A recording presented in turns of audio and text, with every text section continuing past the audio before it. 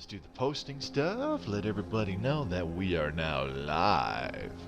Oh yes. Boot up options while we're at it too. Alright. There we go. Alright, let's get the show on the road. What's going on, everybody? Mobius, Y here. It's your time of recording this Friday, November 6th, and we're back Massive Chalice. Massive Chalice. I'm going to do that every time, just so you know. I'm just going to shut my computer down. Okay, so we're going to jump back into our save game here on Massive Chalice. In the last little bit, we finished constructing some of the buildings that we'll need. Constructing enough keeps to continue our heroic bloodlines, to keep giving us babies, so that we will have heroes for decades to come. We also built a crucible and appointed some standards which pass on experience to young heroes that are in training. And we also built a Sage Rights Guild where we can appoint heroes that are not really good for anything but will reduce the research time for new equipment and whatnot. So yeah, let me just make sure that the stream is okay. Can everybody hear me? Hello? Let's get this going. Come on, there we go. Yo. How's everybody doing on this fine Friday night? Oh, yeah. Alright. Okay, so those of you watching this in the future on YouTube, thank you very much for watching. If you would like to see more of my content, subscribe to the channel. And if you enjoyed this video, please give it a thumbs up. That really helps me out. And don't forget to check out the links in the description below. You'll find one to my Twitch channel, which I streamed this off of. Give me a follow there. And come on and watch me playing whilst I am live. I play a variety of games over time. You'll also find a link to my Twitter feed. Give me a follow there. I post important announcements, such as whenever I go live. Last but not least, you'll find a link to my own personal Discord channel for fans of my content to freely join. It's not mandatory, but I highly recommend it. You can take part in the various viewer interactions that go on there. For example, both Dark Souls and Massive Chalice, and even Goat Simulator, were all games voted on by my viewers for things they wanted to see me stream. Excuse me. Yeah, last but not least, leave a comment if you've played Massive Chalice, if you're familiar with it, if you like it, if you don't like it, or whether or not you know, this looks interesting enough that you might want to give this a try yourself. Okay, so we're jumping back in our game. We've hit year 50, 50 years in out of 300. So we're 1/6 of the way there in only a few hours. You can actually get through. Like if you had nothing to do all weekend, you could, in theory, sit down and play almost a whole playthrough, or most of your playthrough, in a single weekend. It kind of is a nice game that you can breeze through it fairly quickly, which is one of the things I do kind of like about it, especially if you play a lot more recklessly and don't like pace yourself and really take your time with the battles. You're less concerned about losing certain heroes. You know, you're not trying to save everyone. You're just kind of worried about a select few that are getting all the kills or something. The list goes on and on. Anyway, so in the last little bit, we finished off. We had you always start the game with a keep to appoint a region and partner to start your first bloodline. We built 2 more keeps. We built a crucible, and we built a Sage Rights Guild, and now we are building our 4th keep to continue yet another bloodline, just to kind of flesh things out a little bit more than what we have. I've wagered probably this might be the last keep for a bit. We will definitely want a 2nd crucible somewhere down the line to really improve the amount of training that our new heroes get before they join the retinue. And once this keep is done, we should probably start getting some of these special items. We could really use a steady hander. Sponge Stone is fantastic. We won't be able to get Haste Hooch once we get the Sponge Stone, which is unfortunate. We could really use Veil Armor, and the other really good one is the Ramcap Caber, because those all have really good bonus effects. So the cool things about the research projects in this game is that the special ones that require cadence corpses, they all have unique abilities. So any cadence armor, any cadence weapons that you can give to your heroes and have them equip in combat. Hopefully you folks can hear me just fine. The mic was fairly far from my face, I just realized. They all have special unique abilities, like the bone bar bow for your hunters. It has a piercing ability and will hit multiple enemies. It will do less damage than a regular crossbow, but you know, it can hit multiple enemies. If you prefer a little more AoE, then you can go for it. There are a lot of different things you can try in this game, especially on the normal difficulty. On the hard and brutal difficulties, you kind of have to stick to a plan, especially on brutal. Hard, not so much. You can experiment a little bit more still in hard, but on brutal difficulty, oh boy. So we're only playing this on normal difficulty, which I've beaten several times. I've beaten hard difficulty a few times. I've beaten brutal like once or twice, and I'm still trying after all these years, 4 or 5 years. I'm still trying to beat a brutal difficulty iron mode game where you can't. Well, you can. There is a way to exploit and still save scum, even in iron mode in this game. But I'm doing that without the exploits and the save scumming. A lot of people think that it's impossible to do it without the save scumming. I don't really believe that. So I'm seeing what I can do. Okay, Beth Ann of the Sage Rights Guild has died at the age of 67. Well, that's unfortunate. Let's see if we can appoint a new Sage Right who is worth it. We're probably going to lose Anton soon as well because he's 65 years old, which is awesome. Sorry, which is awful. I almost said awesome. Hawkeye, low fertility, and a Reveler. Well, he's got Hawkeye, so that's pretty good. The problem, like, I would like to bring this hunter into battles because he has Hawkeye for increased sight range and Nimble for increased dexterity, which gives him more damage. But he's a Reveler, and those drive me nuts. We're getting a lot of them in our battles right now. A lot of the heroes that we're taking with us into the tactical battles are Revelers, and they keep showing up drunk, and it's extremely annoying. So I think... let's take a look if there is a better one to use. Dim-witted for lower intelligence. Strong-willed? I don't really... Impressionable, hearty, and slow learner. Ooh. Could do without that, maybe. Hawkeye, nimble, child tendency, sons, reckless, and lone wolf. This is actually a pretty decent alchemist. Increased dexterity isn't a huge deal, but I could probably pair him up with a hunter parent. Nearsighted, asthmatic, but quick. Tranquil, and Reveler. Oh my god, that's awful. The nearsighted and asthmatic makes me just want to ditch him. Clumsy and slow, and also a Revel. Oh, that's not good. Wily, stalwart, and alert. She's got a lot of the good stuff from the standard. Let's see. Nimble, hearty, asthmatic, reckless, avenger, and oblivious. Now, there's actually a personality that decreases intuition, and one of them is oblivious. Well, sorry, it is oblivious. So because of that, she will not give us too much of a bonus to research speeds. I'm really leaning towards this nearsighted, asthmatic, and Reveler. She's got some good attributes with the quick for increased movement range and tranquil for increased accuracy. But I think the negatives outweigh the positives in this instance, and I definitely don't want her to be partnered with somebody and passing on both those nearsighted and asthmatic genetic traits. So let's go ahead and appoint her. Okay. Probably not the best choice, but you got to make do. Hey JB, what's going on, buddy? Thanks for coming by. So I'm super excited. Today was my last day of work. I'm off until Tuesday the 17th. Still going to stream. Come up. We don't know what to make of it. Huh. Okay. Give me one sec here. We're just watching the stream with the daughter. Oh, okay, cool. So, I probably shouldn't curse too much then, hey?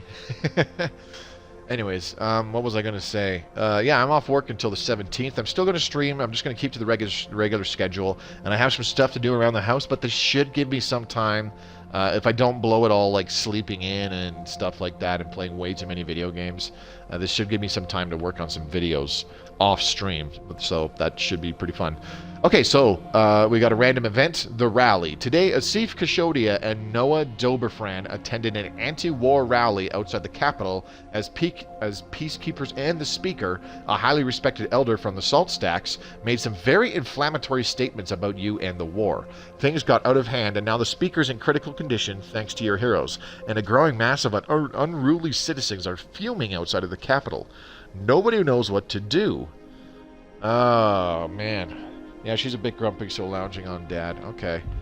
See, unfortunately, I don't really want to send these guys away for 10 years because this Caberjack, he's good. And this Blast Capper is already in. She's already in our Vanguard. I don't really want to send them away.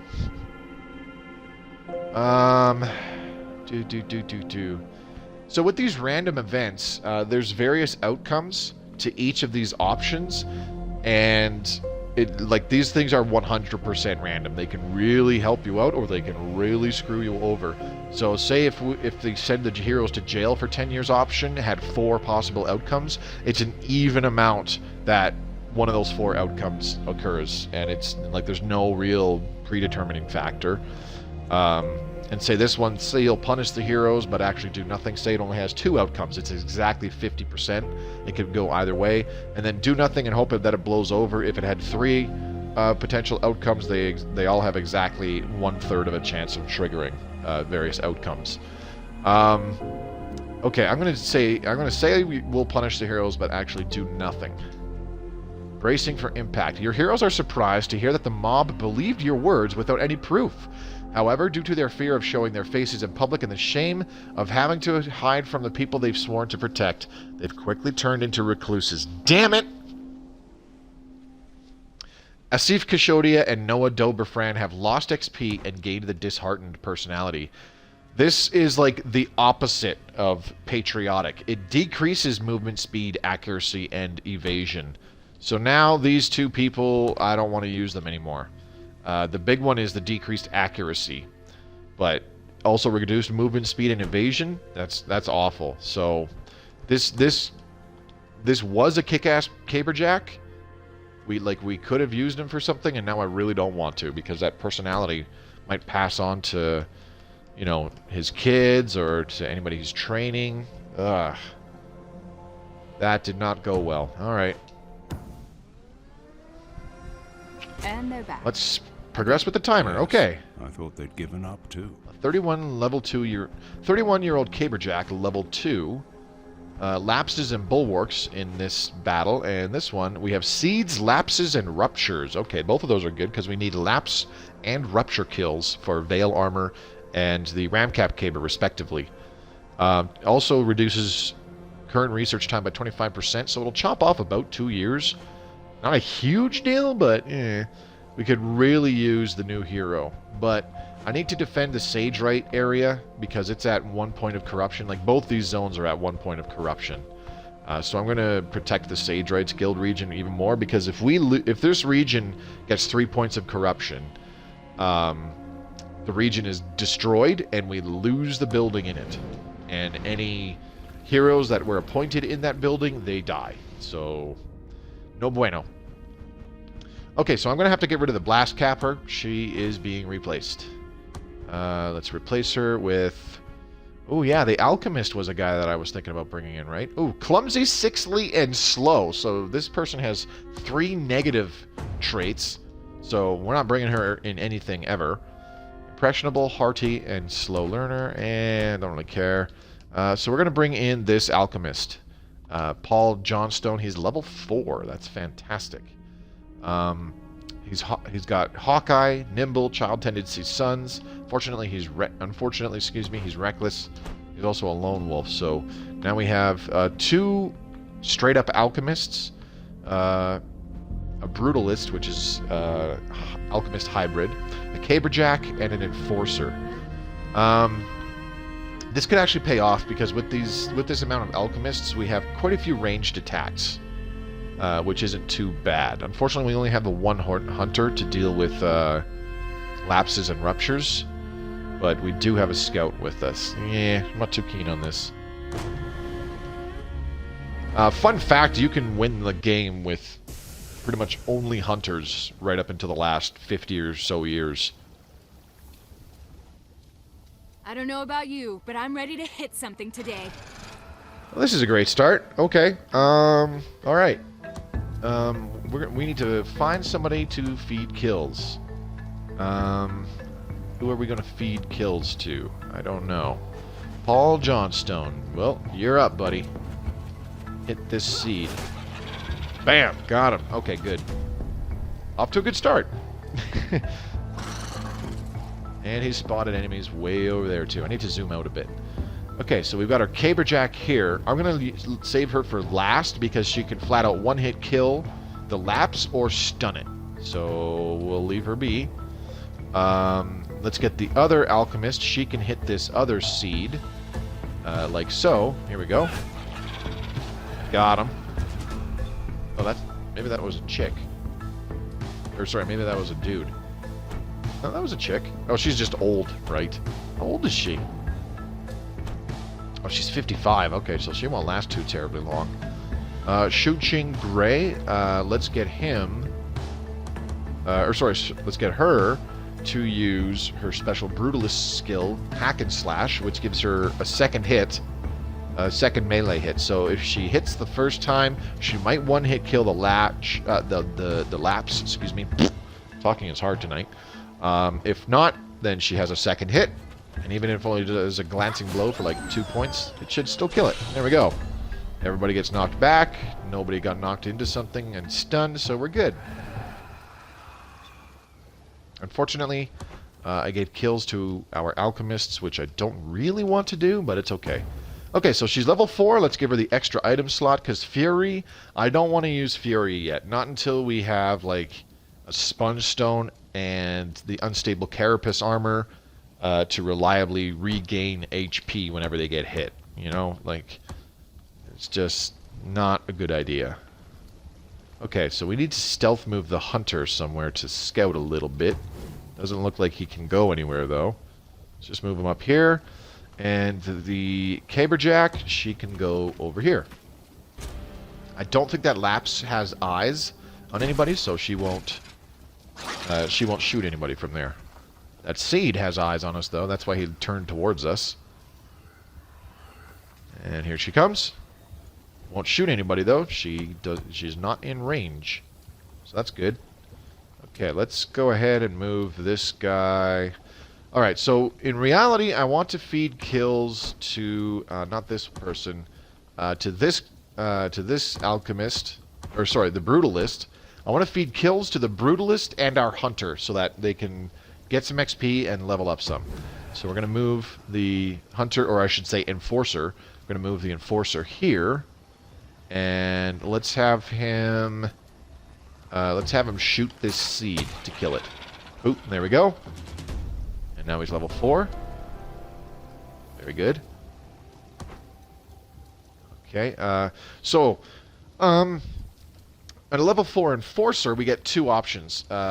We get Honed Hearing, which allows this hero to hear enemies through obstacles and Fog of War up to 6 tiles away. This is really good, really powerful. You want to try to bring in at least 1 hero, or even 2, if you separate them and scout in different areas with Honed Hearing. It is so good. Point blank shot, fire a close range shot for extra damage. This one's really risky. It can do some pretty huge damage with certain other bonuses, like near the later portions of the game. But for now, it's very unlikely that we'll get this guy beyond level 6. So we're going to take Honed Hearing. This will help him out with our scouting. And now, when we look around in the Fog of War, because he has Honed Hearing, you can see this little thing is denoting that there is an enemy there. And I can't quite hear it because the TV volume is too low, but the sounds that are being made can help you identify what kind of enemy it is, because each enemy has unique sounds in this game.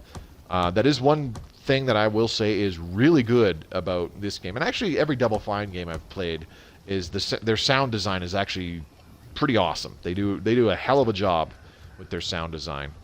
Okay, we're going to just get this Caberjack. I don't really want the Caberjack getting kills, but she has a bloodline. So let's get her to hit and kill this Lapse. Thankfully, the knockback will put her out of view of whatever that one enemy was. Unfortunately, this other Lapse can see her. And that seed is probably close enough to hit her. Okay, so let's take... we got options here. So with the level 4 Caberjack, this is a regular Caberjack, yep. A level 4 Caberjack, we get 2 options. We got Rebound. Armor knocks back melee attackers and provides bonus protection. So she actually does get a bit of an armor bonus. I think like +1, maybe just +1, but it could be +2. And whenever like a seed or any other melee enemy runs up and hits your Caberjack, they get knocked back. So if a bunch of enemies run up to them and hit your Caberjack one at a time, there's actually a good chance that one of them runs up, hits your Caberjack, gets knocked back 1 square away from it, and then a second enemy runs up to the exact same square that they just got hit from, hits them again, and gets knocked back into that first enemy. So it can give you some free stuns. It's pretty comical. The other option is also Fury, increased damage for a few turns after each hit received. This can stack up to give some pretty big damage bonuses, but I don't want to worry about that right now. Not until we get things like Sponge Stones or something like that, because otherwise they'll just take too much damage to really make that damage bonus effective. So we're going to take Rebound, and this upped their armor by +1. And now seeds, in this particular battle, any seeds that, that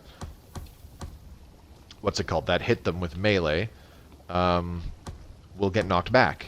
Okay, so I'm in a bit of a pickle here.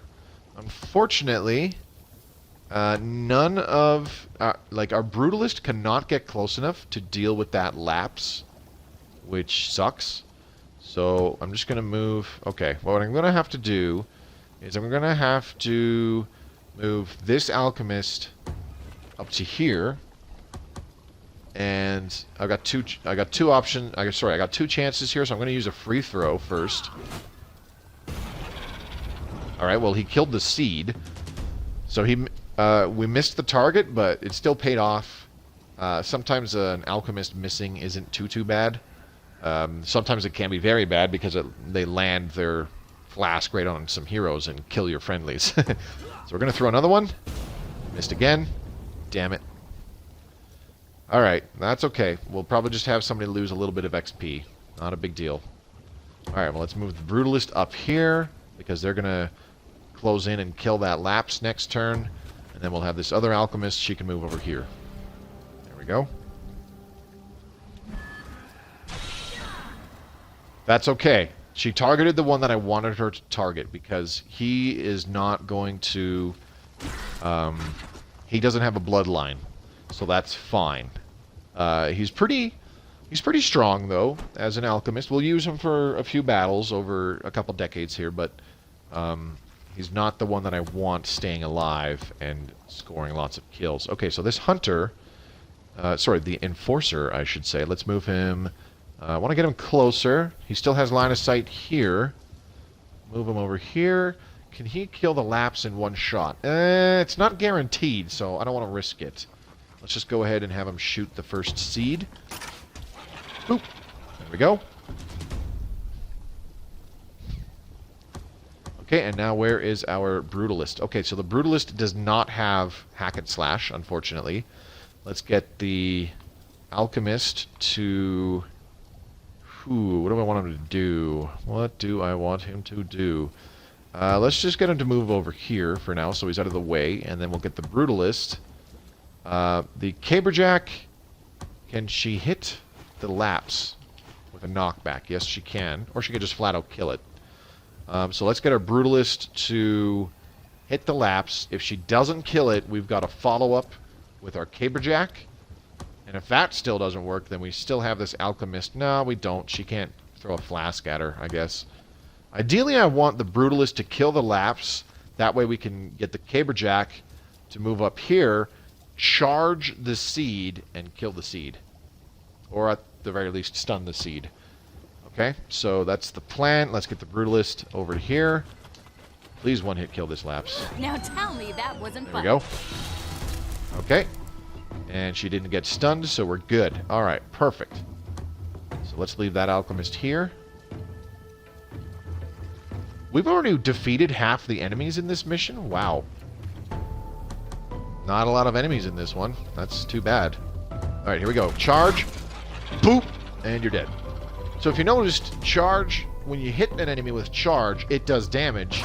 But if you knock the enemy into an object, like a wall, they suffer even more damage. So that's how you can guarantee some kills. And if it doesn't kill them, it'll stun them, because knocking them into objects causes a stun.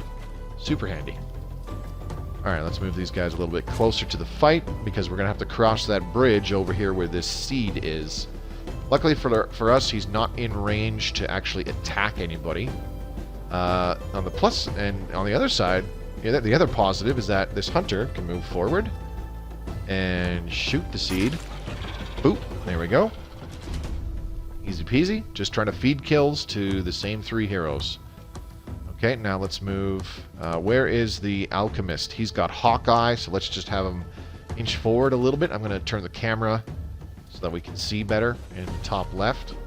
That's where we need to go. Oh, there's a lapse. Okay. I thought there was going to be ruptures in this mission, but we haven't seen one yet, which is kind of interesting. Okay, so let's get this guy to just move up here in this little corner. So she's hiding behind stuff. If that lapse moves closer, they won't see him. Okay, so we're good. Now we'll move the Brutalist way up here. Get them closer to the fight. Oh, there's another seed. That's a good target for our hunter to shoot, and I think our hunter can, as a matter of fact. So let's do that. We can even stealth move our... I keep saying hunter, but enforcer. If I say, like, hunter when it's actually a hybrid class, I think you know what I mean. When I say caberjack, but they're actually a shadowjack or a blast capper, same thing applies. They're a hybrid class, sure, but they're still kind of sort of, you know, an alchemist, a hunter, or a caberjack. Alright, so this guy, let's inch him forward with his Hawkeye. Try and spot that lapse again. Don't know where they went. I think I'm just going to keep everybody back out of sight until we can get our enforcer. I said it correctly this time.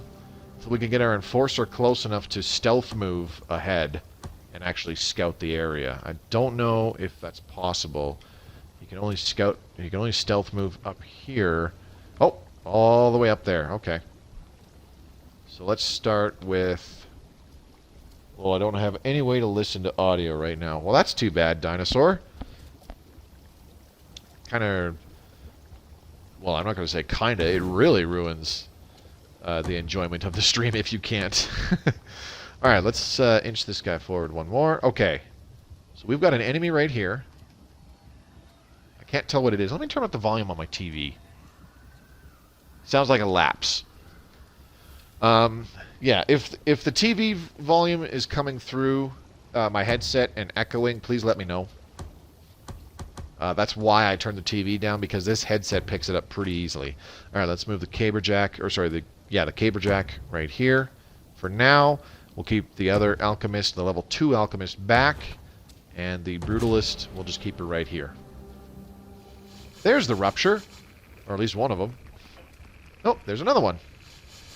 Cool. So there were 2 ruptures. Alright, now the lapse is going to fly forward. That's what we want. Let's get the hunter to move back here and kill one of these ruptures. There we go. One down. Boom. Okay, and our brutalist... I want to make sure that this alchemist does not get stunned, so I think what I'll do is I'll put him... How far away is this rupture? 1, 2, 3, 4, 5, 6. But he'd need line of sight, I think, so... Alright, well, look, I'm going to play it super duper safe. Let's move this alchemist way out of the way. Right there. Now the brutalist, have them run up and hit this lapse. There There we go. Okay. We're good there. Our second alchemist, we'll just have her inch forward a little bit. And our caberjack can pull forward just a teeny tiny bit so that we're still out of range. And there we go. Okay, so there's the rupture. And a second enemy moved into that position. What was it? Sounds like we have 2 ruptures right there. Huh, okay. So, with our Brutalist, using Knockback Flask, we should be able to stun and or kill both of them. We're going to do that. Let's move the Brutalist right up here. Still no line of sight, but you don't need it. And I want the flask to land right here to knock them back into objects. I can throw it right on top of them, but it would not knock them into, it would not hit them into objects. So I want them to hit things. So I'm going to throw it here. 81% chance. 89% chance is a lot more what's the word I'm looking for? Enticing, but I want this way. If I throw it here, let me close out of this. If I throw it here, like is an option, this rupture will actually be knocked back this way and not hit anything, and it will knock this rupture in this direction. So wherever the flask lands, the knockback is applied in all 8 directions on all 8 adjacent squares. So I need this to land just right in order for these ruptures to go where I want them. So if I throw it here and it's successful, this rupture will get knocked into the Shadow Rock and should die, if not stun. And then this rupture will get knocked diagonally into this big object here. So that's the play. If it doesn't work out, we should be able to, like, at the very least, this Shadow Rock should get damaged, and then our Hunter can shoot through it and finish off any ruptures that are still alive. Here we go. Wow! Wow! That is all I have to say about that. Brilliant. Nice job. Oh my gosh. Epic fucking fail. Oh my god, that was an epic fail. Holy... 81% chance for that flask to go where I wanted it to. Did that happen? Absolutely not. Alright, so here's the backup plan. I'm going to move this Hunter here and use a knockback shot on the Shadow Rock. Bonk! Okay, so that knocked back that one. So now he is stunned. And what I'm going to do is I'm going to move our Alchemist up here. So that will give me line of sight on the second rupture, and this will allow my Caberjack to actually use her knockback skill on the second rupture, and that will stun it. Here we go. There we go. That's what I want to see. Okay, now let's just inch everybody forward.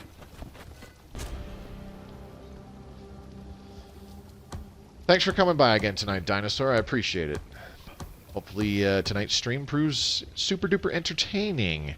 Okay, so knockback is on cooldown. However, let's back... okay, she takes no damage there. So what I'm going to do is I'm going to back her up and get her to charge this piece of crap. Hoo-yah! Boof! And you're dead. And good riddance, you deplorable beast of pestilence! So not only did that knock him back, but it also flat out killed him. And exploded safely far away from everybody. Now for this last rupture, I think I'm just going to use a hack and slash. Because... And this is a big I think, but I think it's the last enemy.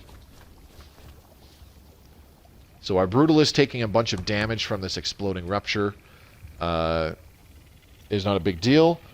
And even if there is like another couple enemies, that's fine. We have health flasks to heal our Brutalist. So let's use hack and slash. Oh, see? And that's why I used hack and slash, in case the first hit was a little bitch-ass glancing blow. That was a bad idea, though, moving the Brutalist last. I should have used... Flawless victory! Drinks are on me tonight. If I could buy drinks. And if you could drink them.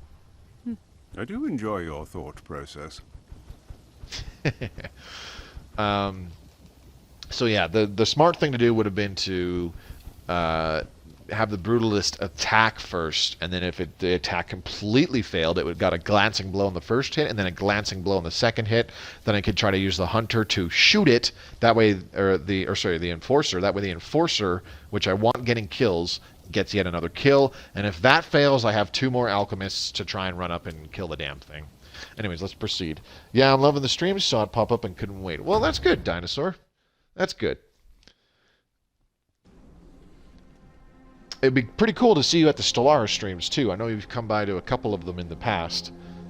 I stream that every Tuesday, but yeah. Anyone's feet, but the corruption in one of our regions is reaching a critical level. And once it's completely corrupted, it'll be gone forever, along with anything and anyone in it. But no, I'm glad to hear that you're enjoying the Massive Chalice streams. I'm trying to get more people to drop by the various games that I'm playing besides just Stellaris. Like I get the most viewers when I'm streaming Stellaris, and I get the most views on my Stellaris videos. So it'd be kind of nice to have more people dropping by the streams for the games that y'all voted for me to play. Anyway, so finishing that mission, it took off 25% on current research, so we actually lost just under 2 years. So the keep will now be finished in just over 5 years. So that did speed things up. It would be nicer to have that like right near the start of construction, though, because that would shave off way more time. You know, if it's a 12-year construction project, it would shave off like 4 years. I meant to show up to the last one, just didn't catch a chance. Oh, no problem, buddy. That's why I upload them to YouTube. Every single stream, and completely unedited. I just like how you play. Oh, well, I appreciate that, JP. Honestly, I don't think I'm a terribly entertaining person. And I've said this numerous times. Okay, a new keep has been completed. Marry heroes together to start a bloodline. Okay. This is really tough. I would love to start another Hunter bloodline. But we don't have terribly good choices. Let's see, we've got a Caberjack there. You know what? That alchemist that we took with us in this last mission. You know what? Maybe I should... Yeah. I should make him a regent. Who would who would he be able to partner with? Maybe we can partner him with this hunter. Well, I will say this: I don't watch streams. Your streams are entertaining enough for me to watch. Oh, thank you. I'm more concerned with, like I said, it's just like the style of my videos since I started doing YouTube stuff like 6 years ago. The style behind my videos has always been, you know, I'm not so much trying to entertain as I am trying to educate. So I do I approach my streams similarly, where it's like, hey, I want to teach you stuff. If something comes up and it's like, oh, hey, by the way, I want to talk about that. And more importantly, I just want to play games. I like games. Anyway, so I think what I'm going to do is, where was that level 2 alchemist? Did she die? I think she died. Okay, so, this Paul Johnstone that we brought in, he's got good traits. He really does. This hunter, not so much, especially that slow learner, but a second alchemist house would be kind of nice. So what I'll do is I will appoint this guy. He's actually got pretty high XP now too. I'll appoint this guy. He's the regent, and we can now combine the children of our various houses and get pure alchemist classes again, which I might not do right just yet. So we've got our brutalist down here. Unfortunately, she's low fertility. Where is that hunter? Here she is. Okay, so we still have a high chance for children with this married couple. It's not super high, which is unfortunate. However, we're going to get a new class. So we've already played with the regular alchemist, and we've already played with the brutalist, which is an alchemist caberjack hybrid. This is going to be an alchemist hunter hybrid, which gives us the boom striker, and I really like the boom striker. So we're going to appoint her. There we go. All right. Back out. And we need a new research project because we just finished our 4th keep. Now, as you can see, a 5th keep is going to take a long-ass time to build. We're never going to build a second Sage Rights Guild. We will need a second Crucible eventually. Alright, so we got just enough Rupture kills to get the Ram-Capped Caber, which is fantastic. So I think we'll get that first. We didn't get enough Lapse kills. We still need 4 more for Veil Armor, unfortunately. So I'll try to keep an eye out for a mission with more lapses so that we can get Veil Armor. Veil Armor is really good for your hunters. So the Ram-Capped Caber is fantastic on your Caberjacks because, like I said, it applies knockback to every single one of their abilities, including their regular attacks. Now, unfortunately, we just used up all of our Rupture Corpses, so we cannot get the Unstable Carapace Armor anymore. And the Perilous Core, we also cannot get. The Perilous Core is pretty damn good, too. But we need some high-level heroes to really use it. The Sponge Stone we'll want to get, ideally around the same time as Bone Shell Armor. Because Bone Shell Armor, which allows our Caberjacks to kind of tank like a Bulwark, where they take a little bit of damage, and then their Bone Shell Armor activates, and then every point of damage from that point onwards... from that hit onwards for the rest of that turn, it does only 1 damage. So Bone Shell Armor plus the Sponge Stone makes your Caberjacks really tanky, because the Sponge Stone, whenever your hero deals damage, they regain HP. So your Caberjack classes, or hybrids, or whatever, they take a hit, they might lose, 6 damage, 10 damage, whatever. Then they activate Bone Shell Armor, take another hit or 2, lose, another 1 or 2 points of HP. And then the next turn, you just have them run up to somebody and whack them really hard, and they get a crap ton of that HP back because the Sponge Stone leeches the HP. So it works really well. And it also combines hilariously well with the... what was that skill that we gave the one? If you recall, we gave the one Caberjack in that last mission, we gave her Rebound, and the Rebound actually inflicts 1 point of damage to any melee from any melee attack. So you think of it this way: your Caberjack gets hit, they suffer maybe 10 damage, activate Bone Shell Armor, still moderately healthy, and then a bunch of other melee attackers run up to them. They keep hitting your Caberjack, but they're only doing 1 damage. But your Caberjack hits them with the Rebound passive skill, does 1 damage back to them, and they always regen at least 1 HP whenever they inflict damage. So they get that 1 HP back. So they can literally sit there and soak a shitload of damage in a single turn. It's pretty comical. I do like your format. Attempting to entertain or not, I like it, so it must be entertaining to learn or somehow. Thanks. Alright, so... we're going to research the Ram-Capped Caber. That's what I started, so let's continue. We'll probably have a battle crop up before it finishes, which is fine. We're having babies from the new Boomstriker house, which is good. They're late this time. It'll be a while before the Boomstrikers can be used in combat. Ah, dang it. They're attacking the same area again. Okay, so in the bottom area we have Lapses, Seeds, and Cradles. Cradles are a new type of enemy for us. We haven't seen them yet. The reward will be a 37-year-old female hunter, level 2. So that would actually be pretty decent. She'd come in with follow-up, which is that one where she shoots twice. This one, there will be Seeds and Cradles, so no more Lapses. And we would get a 24-year-old male Caberjack at level 3. So I think the reward for this one is actually a bit better. Unfortunately, we don't fight any Lapses, which I really need more kills of. But if the other thing is, if I fight in this bottom area, there's no corruption in this bottom area right now, where our Sage Rights Guild is. So if I fight there, this area gets a point of corruption, and we lose it forever.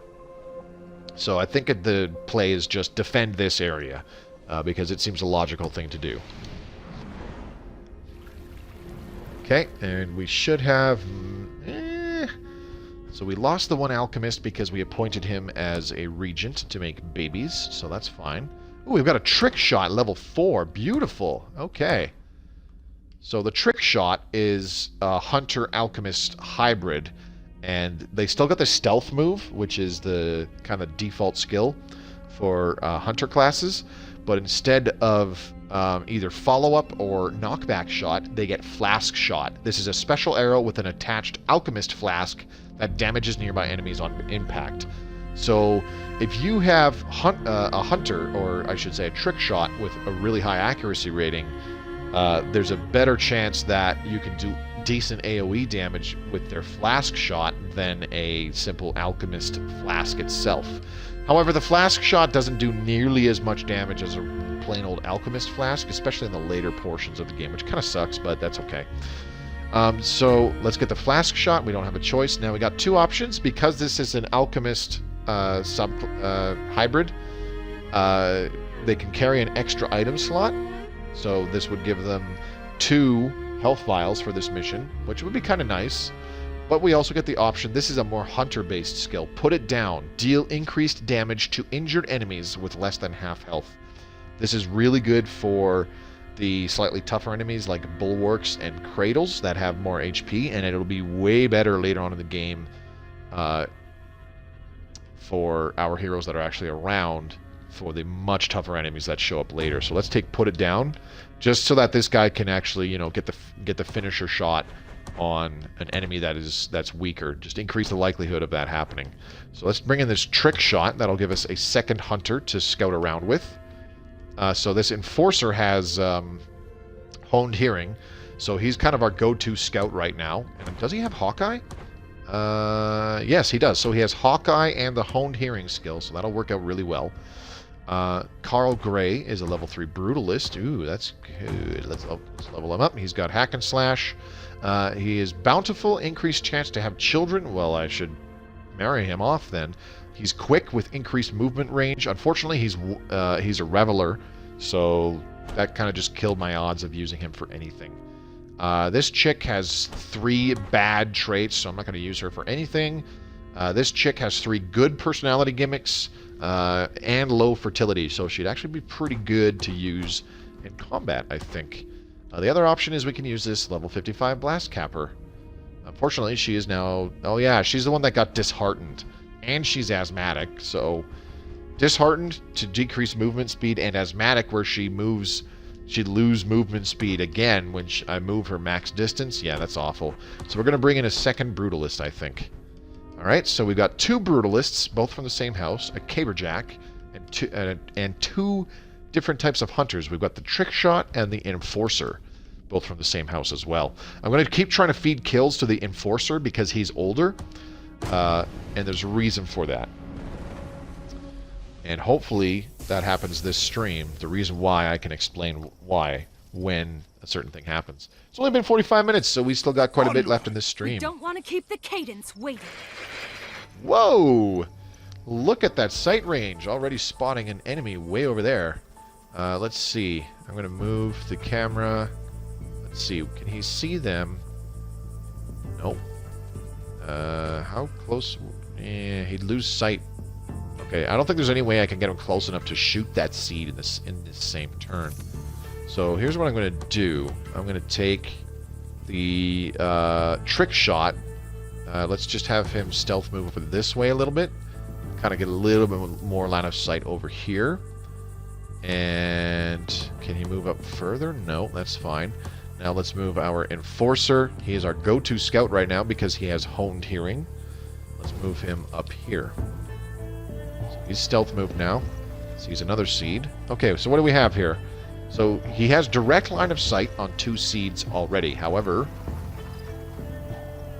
we've got 3 more enemies that we cannot see, but we know they're there. There's a high chance one of them is a cradle. I can't quite tell. Cradles are actually a little bit difficult to to identify by sound alone, which kind of sucks. Okay, so let's get this guy to... Ooh, wow. There's 4 enemies over here as well. Okay, so where do we want to start? Maybe we'll swing over here, over to this right side and come around this way. Because I feel like if we push over here to the left, there's much more area over here. There's a much bigger fog of war. So I have a bad feeling that we'll run into way more enemies over there, and there's a good chance we'll get overwhelmed. So let's just have this guy sit here. Hang tight. We'll move this... we'll move the Brutalists right up against these rocks. They should be able to throw flasks over them, especially if these enemies move closer. So let's get this one moving up here. And we'll get this one moving up here. And we'll get the Caberjack moving over here. That should work. Now I'll talk about these funky red bush thingies in a minute. The other nice thing about honed hearing is not only do you see enemy positions, but you see when they move. See, that one just moved. There we go. Ugh, cradles.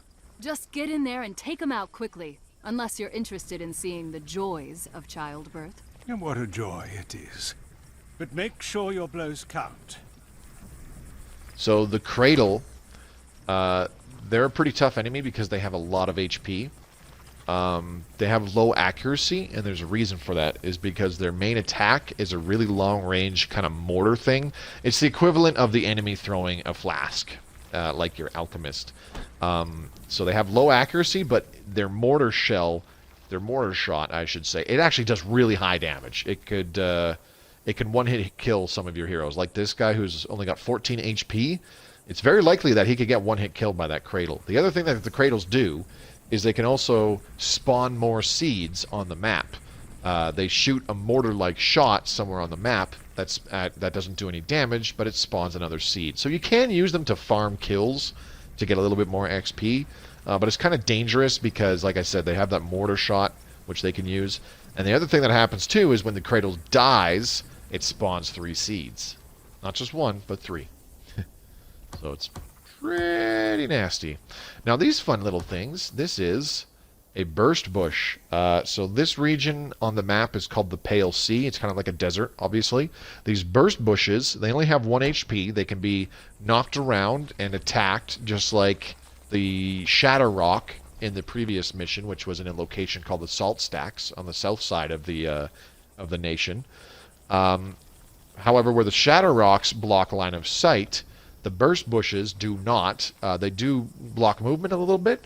However, as soon as a burst bush is hit and loses that 1 HP, it explodes and does a fair bit of damage to everything around it. Unfortunately, I can't use a burst bush to help us out right now. Maybe I can use that one. Okay, so who do I want to feed kills to?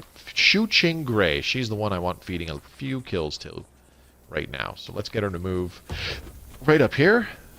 And we'll throw a knockback flask. So if this lands just right, we should kill whatever seeds. If this is a seed and if this is a seed, they will die. And the other thing, too, is that this burst bush will get knocked back a square and then explode. And if this is another seed, it should kill it. So let's do this. There we go. Voila! Triple kill! Those burst bushes do come in handy sometimes. What I am going to do is I'm going to knock back... I don't like this burst bush hanging out here, so let's see. Can that cradle see me from these areas? Yes, it kind of sort of can. So what I'm going to do is I'm going to use knockback on this burst bush right here. Just to get it out of the way. And now it's going to explode. And it's going to pop the other one. Because I don't want them accidentally popping off when we have heroes nearby and the cradle shoots it or something like that. I don't want that happening. Alright, so let's move this person here. Still not in view of that cradle, which is good. As for this guy, I think... Oh, no, maybe not. Alright, let's just move this guy back and out of the way from that seed. When can I get this guy to get line of sight there? Let's see if this guy can kill that seed that's getting a little too close for comfort. So let's move him here. And have him take the shot. Will he kill it? Oh yeah, 14 to 17 damage. We're good. Like the Battle of Boop. Saturn's Peak. There we go. So that worked out. Now I'm going to move this guy way out of the way. We're going to move him all the way back here, as a matter of fact. There we go. Just going to keep him in stealth in case anybody else comes around the corner, then they won't instantly spot him. So, okay, good. That cradle cannot see us from back there. Way too far away. Alright, so let's see if this guy can move forward a bit. Alright. I'm going to move our caberjack. Actually, can this guy still move? Yeah, okay. Let's get the trick shot to move up here. There we go. And then our enforcer, we want him to get close too. We're going to keep him in stealth, of course, eventually. Let's get this guy to move back just a little bit. You stay back there. You stay right there. And then the enforcer can go here. And let's put the caberjack way back here in the corner, out of range of that damn cradle. Oh, inch forward, and okay, we're good. Okay, so can I shoot that cradle from... Okay, so here's the plan. We are going to attack the cradle, but it's a two-step process. We're gonna first get our trick shot. Can he hit it from there? Yep. Okay. What about way back here? Nope. So the reason why I'm going to be switching the camera like this is because it keeps that cradle in the corner, and I can actually see the symbols whether or not I can shoot it. I know it's super annoying, but like honestly, it's necessary because sometimes you get such a big attack and sight range that you can't see the enemies on the screen, which is a little crazy. All right, so let's move this guy here first. He's going to take a shot at the cradle. Boop. There we go. 13 damage. That's what I like to see. Now what we're going to do, rather than risk that cradle shooting at us, let's move the enforcer up here, and I'm going to use a knockback shot to either knock him beyond his line of sight so that the cradle cannot see us, or it might knock him back far enough that he gets stunned into the wall. There we go. So he shouldn't be able to see us. He'll probably just wander around a teeny tiny bit, which is what we want. And that will allow us to move our heroes forward a little bit more into this zone. And let's move this one here. And our caberjack can go... Oh, no. That puts him within view. Our caberjack... I'm just going to put our caberjack here. Yeah, maybe right here. Just to be safe. Okay, and you're just going to wander over there. Good. That's what I want. Alright, now let's move our alchemists out of the way. Let's put them down here in the corner. Alright, you stay there. I'm doing a bad thing, honestly. When playing games like this, these tactical strategy games, or sorry, these turn-based strategy games, excuse me, tactical strategy games, when you're in one of these tactical missions, it's generally very bad form to skip your hero's turn or your soldier's turn just outright. You want to move everybody a little bit first, and then if it's like, oh, there's actually more enemies over here, or if something happens where it's like this one attacked and actually missed its attack, then you would still want the options to use your other heroes. So I'm kind of doing a bad by not doing that. Not kind of doing a bad. I am doing a bad by not following up with that. Okay, so I could stealth move to scout over there a little bit more. Let's just move this guy right here where he can get a shot on that cradle. Okay, here we go. Fire at will. Boop. And now we'll get this guy to get another shot off. Oh, shit. Oh, man. That... Whew. I was actually worried about that he was going to get a high damage roll and kill the damn thing. I don't want him getting the kills yet. Alright, let's move over here. Action point economy, exactly. You only want to... If you're moving your heroes, you only want to move them to... Ooh! Ooh, that was close. Whew! See, that was a mortar shot that I was talking about earlier. That could have really fucked us up. Even if it missed, it could have still landed like somewhere over here on one of our other heroes. Alright, so I want this guy to kill the cradle. There we go. That just fed him a kill. That's what I want. And now... So that was our enforcer that fired. Now our trick shot is free to move forward a teeny tiny bit. Now he's going to use his special ability, which is Flask Shot.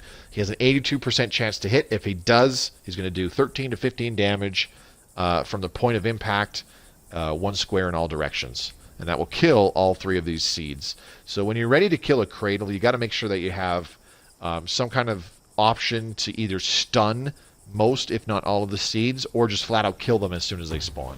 Goes for the flask shot. Got him! That's what we want to see. Alright, let's move up a little bit more. And move up a little bit more. I don't want to go too crazy here. What I do want to do is get this burst bush out of the way, that's for sure. Hang on, is this in line with it? Yes, okay. So I'm going to do something slightly risky. I'm going to move the caberjack here and have her charge this just to knock it out of the way. Now, 2 things. One, that could have actually triggered more enemies if there were enemies up ahead that I had not seen with honed hearing yet. And off to the top right over that little piece of cover. Ooh, hey, this person who is impressionable just got the stalwart personality. That's good. That's actually really good. So 2 things could have happened. I could have triggered more enemies to come in, and by triggering more enemies, I could be a little bit more screwed because charge has a 2-turn cooldown. So I basically just wasted one of my stunning skills that gives us crowd control on a burst bush for borderline no reason. Alright, let's move our enforcer up to kill that seed. In fact, I'm going to use a knockback shot to get rid of that burst bush. There we go. And now it goes. Boop! And he's dead. So that eliminates the threat of the burst bush. Because it can hurt friendlies as well as enemies. And you saw there, it does like 8 damage. So that's a pretty hefty chunk. Now let's move this guy here. Because they're just going to scout ahead a little bit. And we'll move the caberjack here. She can stay. Move this person here. She can stay. Move this person here. And she can stay. Alright. Got to do a little bit more scouting before I get too crazy with movement. Unfortunately, this guy also got the optimistic personality with his impressionable trait. That's too bad. I don't think optimistic is that good. I think it's actually kind of a negative. Kind of. Alright, let's stealth move over here. And let's get this guy to stealth move right up in here. This is good. Okay, so there was a seed over here. And that's probably just 2 seeds right there, so that's fine. Let's move the caberjack over this way. I'm not seeing any enemies down here, so I don't know if they walked around or not. Unfortunately, I think I moved this guy too close, so let's get her to come back a little bit, and then we'll move the alchemists. Let's move this guy here, just to get more vision up in the top right there. Doesn't look like there's any enemies there, so we'll move them here. And put this one way up here. Okay. So that tree should block line of sight if that seed moves closer. Good. Saw the caberjack. That's what I wanted. Okay, now the enforcer. We're going to feed another kill to the enforcer. Boop. Oh my son of a... Damn it! That was a terrible miss. That was a really high 2-hit chance. Ugh. What was it, like 90%? What's his accuracy anyways? Accuracy, 90% accuracy, and how much evasion does this thing have? 8. So yeah, 82% hit chance. Damn. It happens, it's part of the game, but man does it burn when your hunter misses a shot. Or when your alchemist misses a flask throw. It really messes up your plans. Alright, let's just feed that guy a little bit of XP, sure. And let's just put this person here. You stay there, you stay there. And caberjack, just move forward 1 square. So if anything else moves over in this little area where that seed got killed, they'll spot the caberjack and kind of bring them over that way, which I want them to do, rather than go towards our alchemists and whatnot. Okay, so let's stealth move up here. Get him closer so that he can use his honed hearing. Looks like we have... pair of seeds. One of these has to be a cradle. I can't quite tell. Okay, now this guy, he can move really far, but I can't get him anywhere with line of sight. So let's just have him stealth move here. Stay put. And these two people, you go there, stay put. And you go here, stay put. And let's have this caberjack just peek around this corner. Looks kind of safe. I'm tempted to charge that burst bush, but that's really risky, especially considering we're going to start a fight like pretty much next turn. So I think I'll just put the caberjack right here and leave him there. Okay, so let's get some eyes on these enemies. This guy can move here. Stealth move. There we go. Enemy seed. And where can our enforcer move to get more eyes? One square up, I guess. Whoop, there we go. Hello there. Okay, so, enforcer. Can you see this guy? No. Okay, so the enforcer does not have line of sight on this seed directly to his left. That's good. So the odds are pretty low that that seed will come around the corner and hit him. It will probably still happen, but let's do this.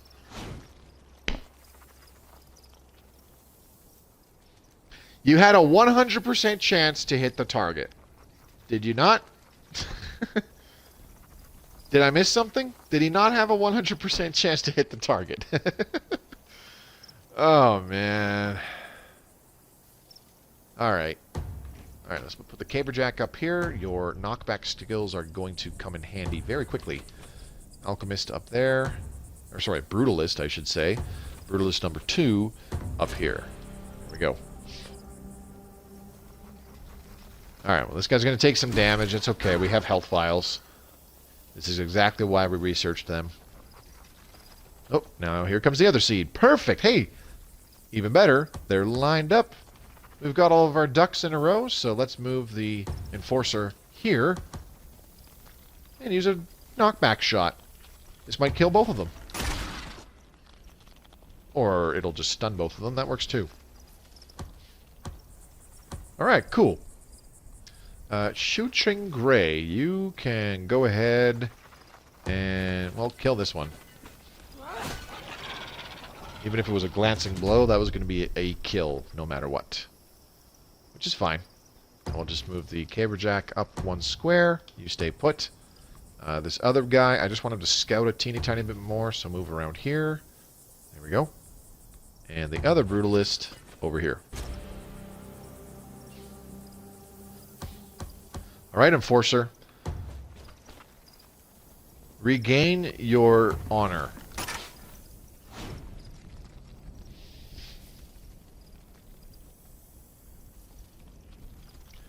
Or don't. That's fine too.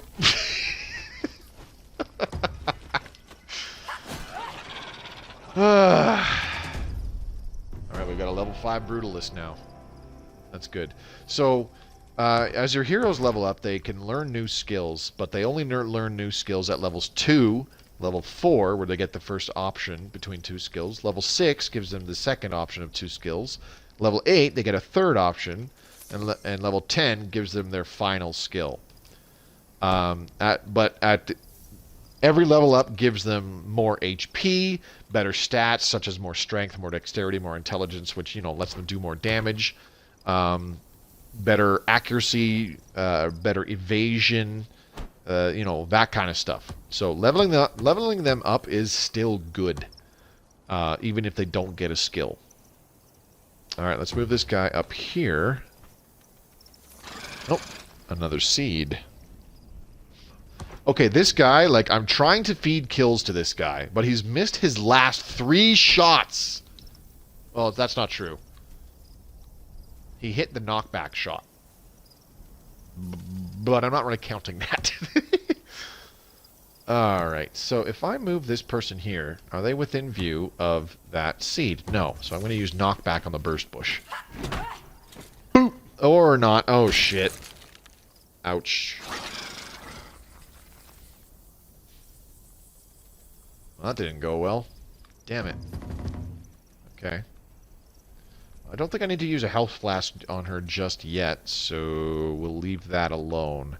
Now, I don't want to move up here in the north area where there's still fog of war, because there might be enemies up here, and I don't want them to trigger. Or I don't want to alert them just yet. I want to work our way down in here first, deal with any enemies in that pocket of the map, and then go back up. The ye old divide and conquer. Hello, seed. Ooh, another seed. Hello.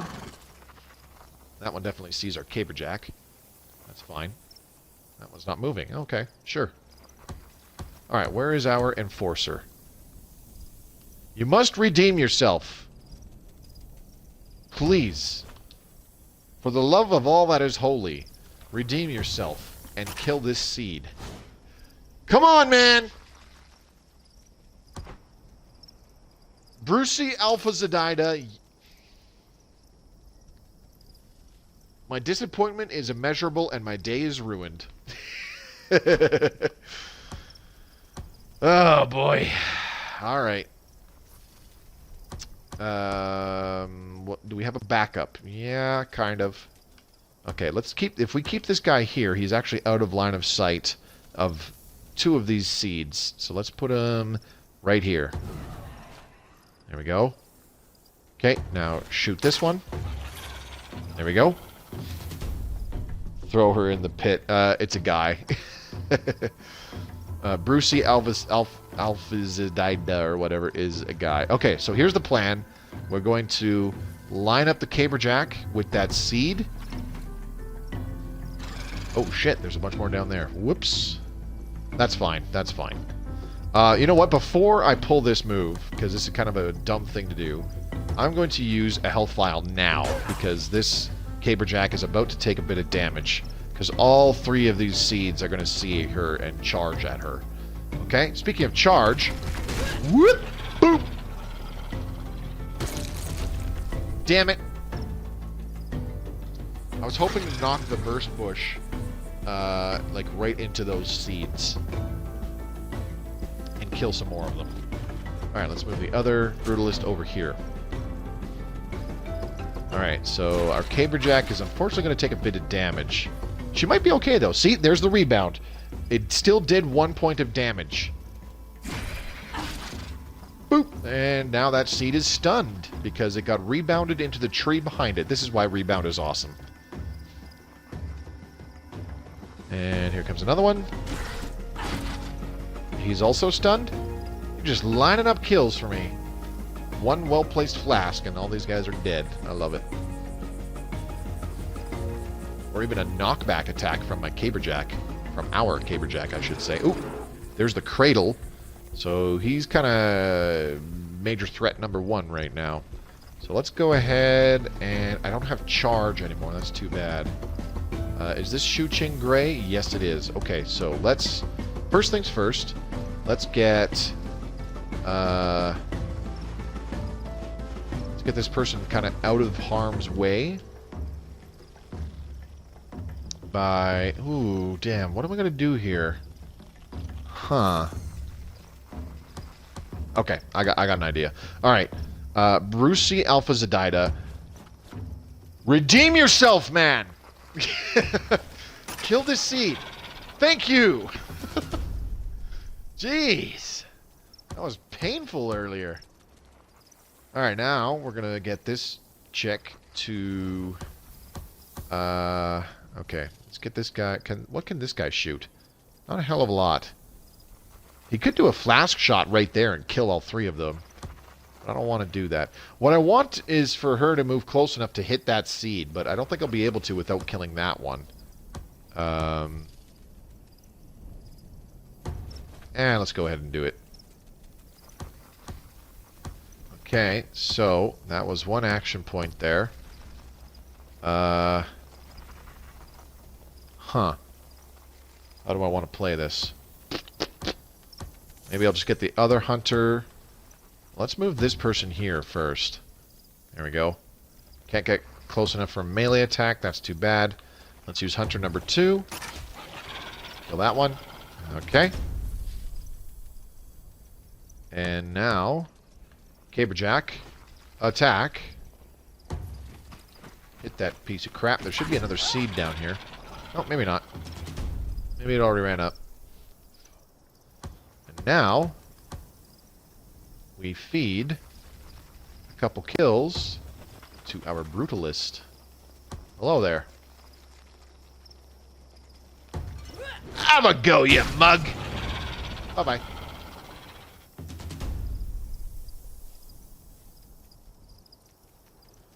Alright, let's move our other Brutalist closer now, and we can start to go after that cradle. Oh, hello, another seed. What's up? Oh, these guys were hiding in that corner up there. That's okay. Oh, Jesus! That's not good. That is the opposite of good. We don't want to deal with two cradles simultaneously, so we're going to have to try to kill one as quickly as possible. Unfortunately, my Caberjack is kind of sort of out of commission, so yeah, that's no good. I have an idea, though. Okay.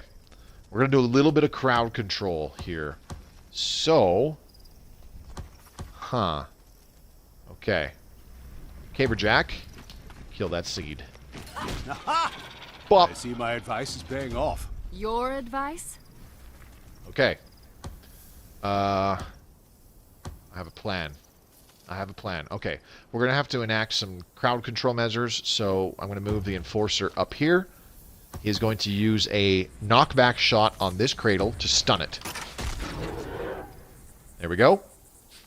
I'm actually kind of lucky that he flew into that bush back there. That's not the angle I was hoping for. That's okay. Alright, now the other thing we're going to do, let's get this Brutalist, move close to the cradle, and throw a knockback flask to knock this cradle into the plant to its left. Oh! Not what I was hoping for, but that's okay. It still took out one of the enemies. So now we move... Let's move Shu Ching Gray.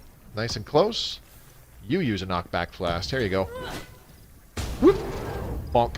There we go. And that did a lot of damage because you can see they took a second chunk of damage from being knocked back into an object. Knockback is really good in this game. It's your crowd control. It stuns enemies. It does bonus damage. It's huge. I get There we go. way too excited about this. Okay, now, I actually want to go after this cradle up here. And the reason for that is very, very, very simple. I can use... Now that my Caberjack is close enough to this cradle, that they're right beside, I can go ahead and kind of stun lock it.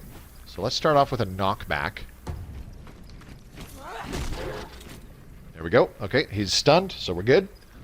And the other one, I really want to deal with that burst bush. Can I flask shot both of them? No, I can't. That's unfortunate. Okay, well, let's just move this guy over here and have him take a shot. Weaken that cradle. Okay, that's good. Let's get Maria Gray, move a little bit closer. And I'm just going to have her throw a knockback flask and try to hit the burst bush into the cradle. So, do this. There we go. There. That eliminates two threats. Kind of, sort of. I cannot get the kill shot with this guy. So let's just go ahead and move Shu Ching Gray close enough to throw a knockback flask and stun it. There we go. Now, I don't want to kill it just yet. I could kill the cradle right now, but this is the last hero I can move, so I have no follow-up. There would be 3 seeds that spawn, and they would have free reign to damage whoever they want. So I have to kill that cradle in the top this turn, because this bottom cradle is only going to be stunned for 1 more turn. Or, actually, no, sorry. I'll have knockback, or sorry, I'll have the knockback skill back on the next turn. So charge. There we go. This one's stunned again, and he's down to 9 HP, so we can pretty much kill it whenever we want. Alright, so we need to feed some kills. Here's our Enforcer. He needs a kill. Kill that. Perfect. He's now level 5. And that just spawned 3 seeds. Okay, now we get Shu Ching Gray to just kind of inch a tad closer. Right here is good. And she throws another knockback flask. Whoop! Everyone. Bye-bye.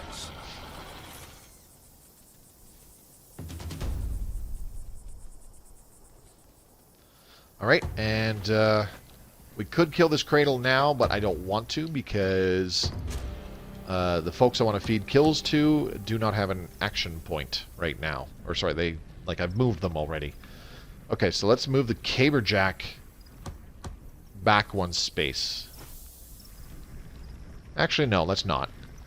Alright, Shu Ching, I want them to get more kills, so come on up here and use hack and slash. Boink! There we go. Oh, look at this. This is what Daddy likes to see. Alright, here we go. Caberjack, knockback. They're in a nice line for us, too. Boop. I get way too excited about See ya. this. And lastly, the Enforcer. I want him to get another kill still, so shoot this guy. Thank you. Alright. That's how it's done, I wish folks. I could be down there right now. Why? The fun part's over. So, Shu Ching earned enough kills that they now have a nickname. That's a good sign. Just need to keep feeding them kills. Hopefully they live for a little while longer. They got 11 kills this mission. This person got 8. I did not mean to give him so many kills. Oops. I need Brucey Wanderer Alpha Zedida to get more kills before Galerius. Excuse me, Alpha Zedida. Suddenly I have the hiccups.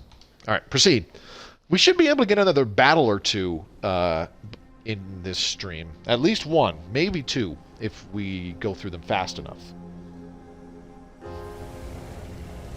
Okay, 1 point of corruption there. And we took one away from there. Good. We just got Liam Sagacious, a level 3 male Caberjack, has joined your roster. Beautiful. Thanks, JB. I was trying to work that out exactly the way I wanted. But of course, you know, all it takes is one alchemist flask to completely miss its mark, a hunter shot to not hit the target, you name it. Or your Caberjack to get a glancing blow instead of actually successfully using knockback.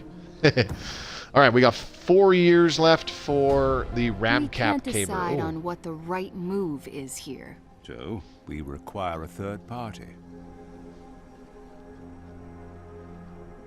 Oh boy. A standard baby. Your standard Amadeus Alpha Zedida has reluctantly come forward with Tabitha Doberfran to give you some surprising news. They've had a child together, without your approval. In war, every decision must be arrived at carefully with much thought and consideration. Your heroes cannot see how their choices will affect the future like you can, and so such decisions must always be made by you. What do you do? So we've got 3 options here. So our standard... he's age 59. He's passing on the stalwart personality, and he is applying quite a decent amount of XP to our trainees. But we have some higher level guys right now that would make decent standards. Tabitha Doberfran is our level 5 Caberjack, who is in our Vanguard as and we just took her on their last mission. So we have options here. Exile Amadeus Alpha Zedida and Tabitha Doberfran, but keep the baby. Heroes must be trustworthy. Give the baby to an orphanage. A terrible waste of a hero, but an example must be set. And the third option is let the baby choose who will stay and who will be exiled. Both of these heroes are pretty good for what we're using them in. Like this Caberjack, she's not the best, but she's pretty damn good. She's got Hawkeye for increased sight range, Bear Strength for increased strength, which improves the damage from Caberjacks, and she's got a lot of strength right now because she's in her prime age. So she hits hard, and she's a quick study, so she gets increased XP gain.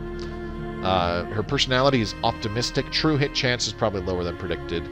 Not a major deal, but still decent.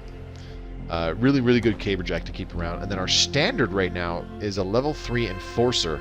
He is puny for decreased strength, nimble for increased dexterity, child tendency sons. None of that matters because he's a standard. He can't have children.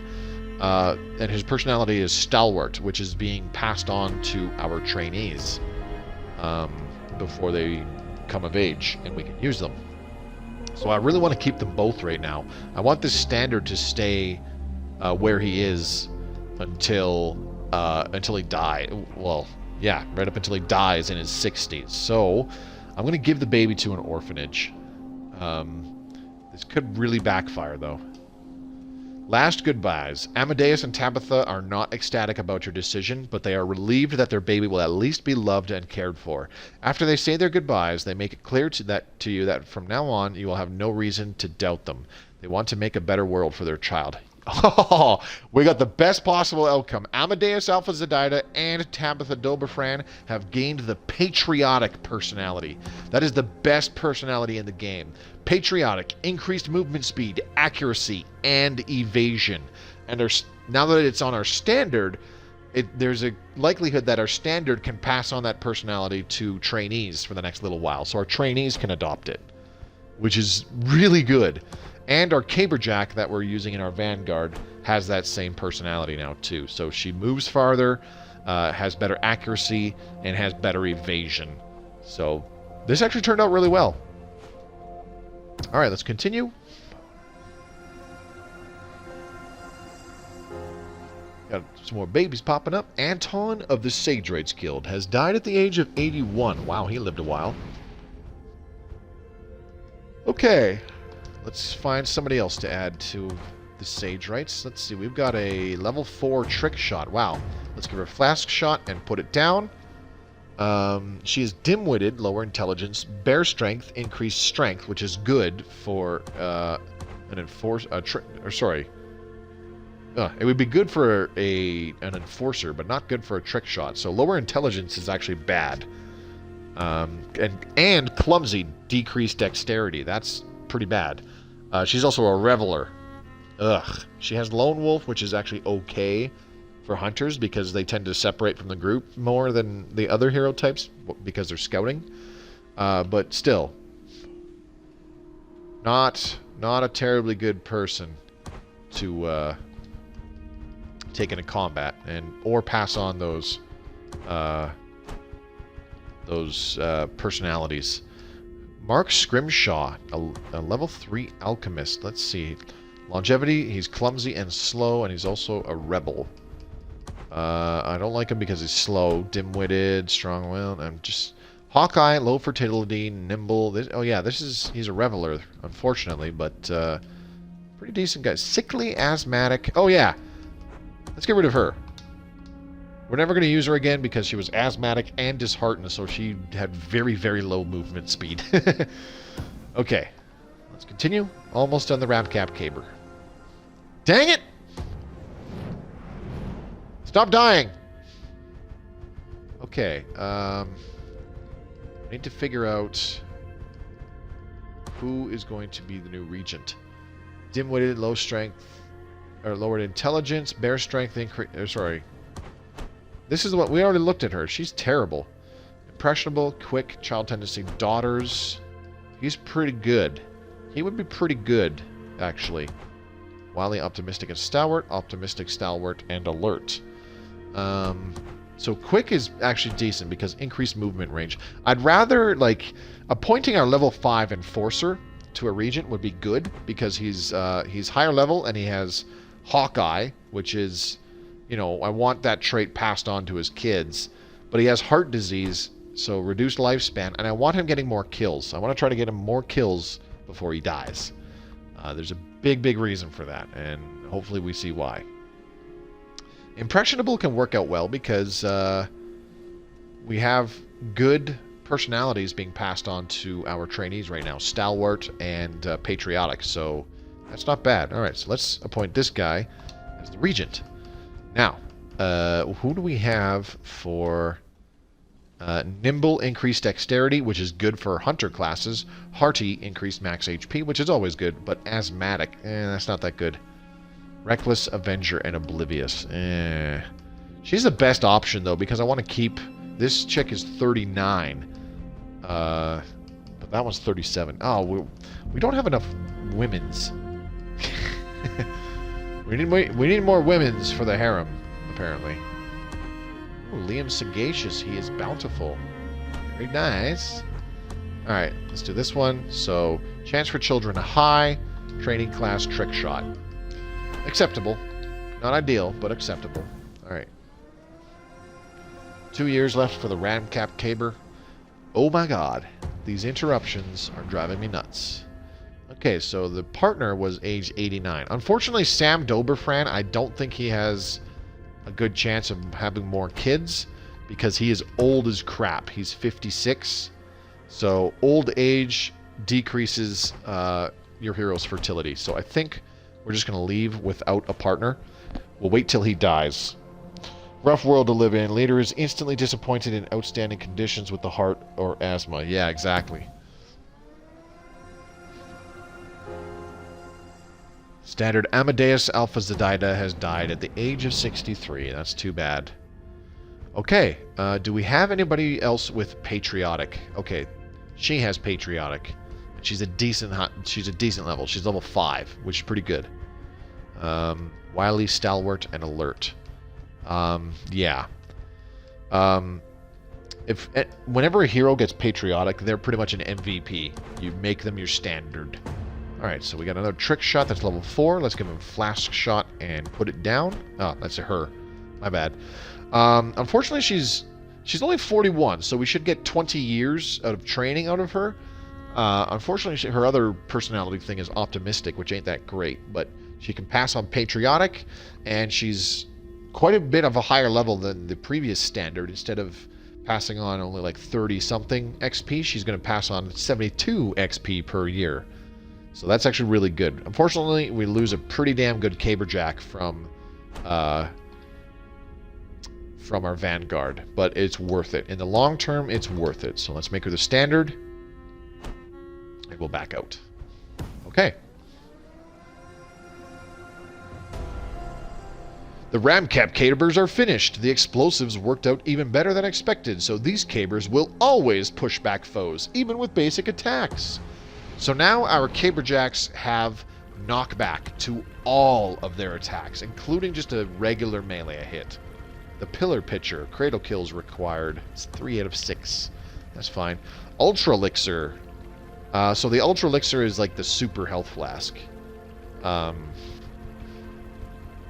want either of those just yet. Can we get... No, we can't get Veil Armor. We can't get Bone Shell Armor, so... I'm thinking... Haste Hooch would be really nice. But let's get the Sponge Stone first. Sponge Stone will come in super handy. The seeds seem to leech some of their victims' life force with each annoying headbutt. We're certain that it may be possible to imbue a small stone with the ability to steal health from the cadence during combat. So this will be... when we equip the Sponge Stone to certain heroes, they won't be able to take a health flask with them, but they will be able to continuously regen HP throughout the whole battle, as opposed to the health flask where we use it once and it's gone. Alright, let's speed things up. I'm sorry, I just bumped the mic a little bit. Sorry for the noise. We've still got a few babies being made in some of the keeps, which is good. Okay, and Sponge Stone. The Sponge Stones are imbued and ready for sucking. Equipping one will reduce the hero's total health, but for every hit against the cadence, the wearer will be healed. So yeah, it does reduce their HP by, I think, like 20%, 25%, something like that. We could use another building, but right now items are super duper important. An Experience Scarf would be really handy, but I don't want that just yet. Steady Hander, we'll have to get that later. Not yet. Haste Hooch. Yeah, let's get Haste Hooch. Let's grab that. Haste Hooch is pretty cool. So we do have some heroes with the 2 item slots skill. Like a few trick shots, I think, and some of our brutalists. That kind of crap. So once we research Haste Hooch, we'll be able to bring them into battle with a health flask and a thing of Haste Hooch, which is pretty cool. Ooh, hello. We have a bunch of Boom Strikers. Hello. Boom Strikers are a very special kind of alchemist. they throw flasks, but they have, instead of, like the regular alchemist has the explosive flask, the brutalist has the knockback flask, the boom striker has the precision flask. It has a smaller splash radius, but it can be thrown farther and does more damage than a regular alchemist flask. They also get additional hunter-like skills, for example, honed hearing. So boom strikers with honed hearing can be really effective because they can throw their precision flasks over walls, and if you combine that with their aerodynamic flasks, lighter streamlined flasks, that can be thrown much farther than normal. So if you crank up their accuracy with various personality gimmicks, or you give them like a steady hander to increase their accuracy, you give them aerodynamic flasks, and once they hit level 6 you give them honed hearing, you can actually put them next to lower cover that they can throw flasks over, and they can hit their targets without their targets even seeing you, which is pretty crazy. I really like boom strikers. They're pretty cool. So we're just going to give these guys their free throw skill really quick. I know I'm dashing through these quickly. Alright, we need to find a crappy... Oh my god. Dim-witted, lower intelligence. Puny, decreased strength. Clumsy, decreased dexterity. Reveler. That is an awful guy to go with. Ooh, this chick has Hawkeye. Nice. Unfortunately, she's a flincher, reduced evasion against melee attacks, and she's nervous with decreased accuracy. Those are not good. We got another boom striker here. Child Tendency Sons. He's also a quick study for increased XP gain, and he's wily for higher evasion against melee, and stalwart for higher armor. That's actually pretty good.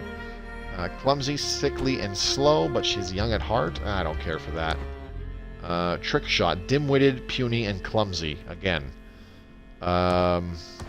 Yeah, we got some really crappy heroes here, I gotta say. Bountiful, quick, and a reveler. Damn. Bountiful, puny, child tendency daughters, pack hunter. That's not too bad. Longevity, clumsy, and slow. And he's a rebel. Dim-witted, strong-willed, and let's see. Hawkeye, low fertility, nimble. He's also a reveler. That's the guy. He's old now. Holy shit. Impressionable, bountiful. Oh my god, I never appointed this guy as a regent or partner, and he was bountiful. Son of a bitch. I feel like I kind of fucked that up. Oh well. Dim-witted, puny, clumsy, and reveler. Guess what, buddy? Here you go. He's only level 15. He's like, yay, I just graduated from training. I'm ready to marry and make babies or help you in combat. Go research shit. What? Fucking put your nose in those goddamn books and get me some new fucking items. It's okay. Nothing clears the head like a good Ooh, here we go. battle. Territory attack. In All some right. cases, correct? Look at you, making jokes. So both locations have us fighting seeds and cradles. The reward from this one going to the augurs gives us a 25% reduction of current research time, which would be pretty awesome. It would shave off almost 2 years, maybe more like a year and a half probably, from getting our what are we getting? Haste Hooch, I believe. So that would actually be nice. However, over here there is a point of corruption, so we'll take that off. That'll add a point of corruption to the keep here. And we'll get a 36-year-old female hunter who is at level 3, which could be super useful for continuing bloodlines. So we're going to go here. Now the problem with this, I try to avoid this. Normally I would like defend the area with the keep, because that would keep the corruption down in that region. Because if you keep defending the areas and letting corruption build, even just a little bit, in spots where you have buildings, there almost always comes a time where it's like, okay, now you have this zone with a keep, and it has 2 points of corruption, and this zone with, say, our Sage Rights Guild, and it has 2 points of corruption. Guess what? They're both being attacked. And now it's like, oh, well, shit. Do I lose the Sage Rights Guild and hurt our research times, or do I lose the keep and lose an entire bloodline? You know, there could be worse things, like you lose your Crucible, or you lose 2 keeps, or sorry, you have to choose between one of 2 keeps. Like both of those would be really bad. Alright, so Liam Sagacious. Should I use him? I don't know. Dim-witted, puny, and clumsy, but he's a lone wolf. Dim-witted, bear strength, and clumsy. Where's the guy with Hawkeye? Where'd he go? This guy right here. Okay, he's only level 3. That sucks. That's okay, we'll use him. And he's got knockback arrows, so that's good. Do I not have a Caberjack? Aside from this guy? Shit. That's okay. Alright. How much HP does he have? Okay, so he has 19 base HP plus 4 because he's in his prime age, early 30s. So that's good. Alright, so we'll bring this guy, Liam Sagacious. He's our only Caberjack that we have available to use right now. Rather than a health vial, we're going to equip him with a Sponge Stone. That's dropping his health back down to the base 19. So he's still fairly healthy, which is good. Shu-Ching Midas Gray. How much HP do you have? 27. Holy crap. Okay, so we're going to get rid of one of these health vials and give her a Sponge Stone. She now has 22 max HP right now, which is fine. That's enough. She heals whenever she does damage now. And she also has a health vial to heal herself or an ally if they take too much damage. And our two enforcers, we'll keep them with health vials. And our second brutalist, let's keep her with a health vial. So I'm trying to feed kills to Brucey Wanderer Alpha Zedida and Shu-Ching Midas Gray. For very good reason. Because they have bloodlines going on. And when they get nicknames, that means they have a fair bit of kills, so I need to give them a few more kills just to be on the safe side.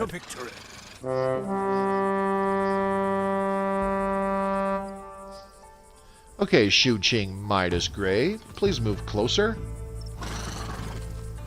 Enemy spotted. I don't mind triggering all these enemies, because we're going to do a good old one of these. Whoop! Bye-bye. I get way too excited about this. You cannot hide! Oh, yes. Alright, now let's get Brucey Wanderer Alpha Zedida. Let's get this guy to scout a teeny tiny bit first. Is there anything over here? That's a seed. And can Bruce shoot anybody? No. That's unfortunate. He can move over here, though. Let's just get him to stealth move for the hell of it.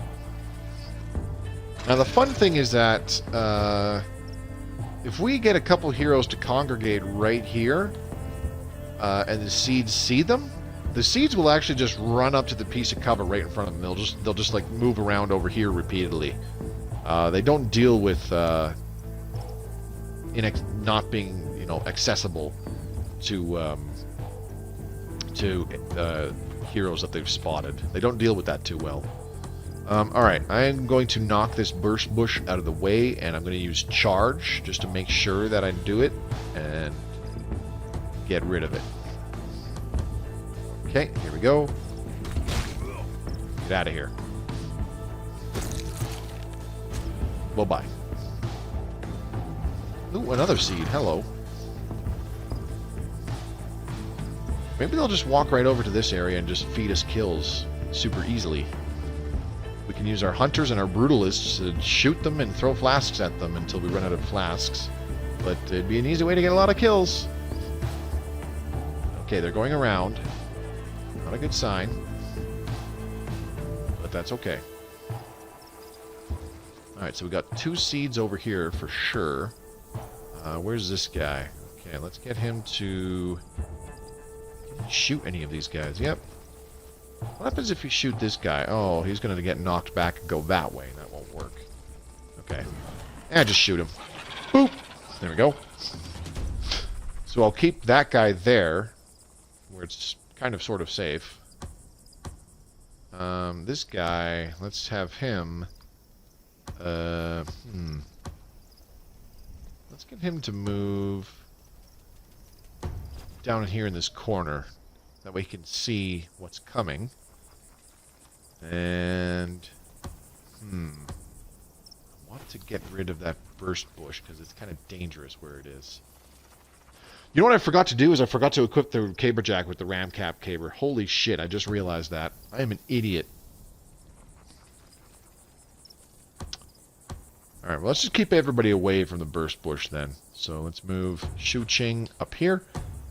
Let these seeds spot her, and then we'll keep the Caberjack down here, because he's going to be our tank. If they come around the corner, he's going to be our tank. And then this person, let's just keep them right here. Out of sight. I can't believe I forgot to equip the Caberjack with the Ramcap Caber. I feel really stupid.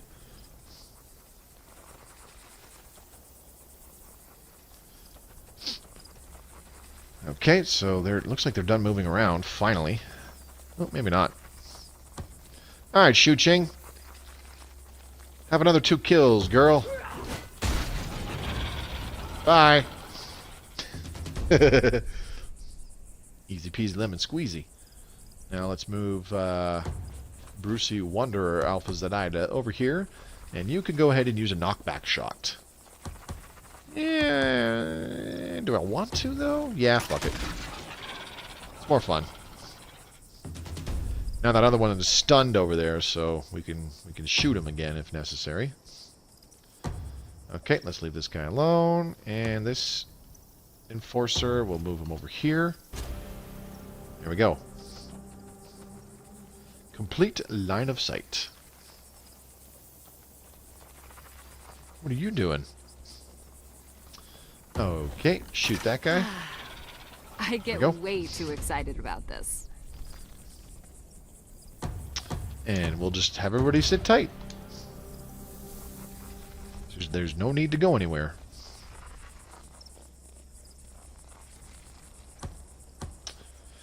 Okay, Shu Qing. Let's do it again. Another notch. Bye-bye. Perfect. She's now level 6, so let's check out what are her new skills. Okay. So we got some interesting options here. Because the Brutalist is a hybrid between the Alchemist and the Caberjack, she gets this Caberjack skill, Prime Target. Taunt all visible enemies to attack this hero and gain a temporary armor boost.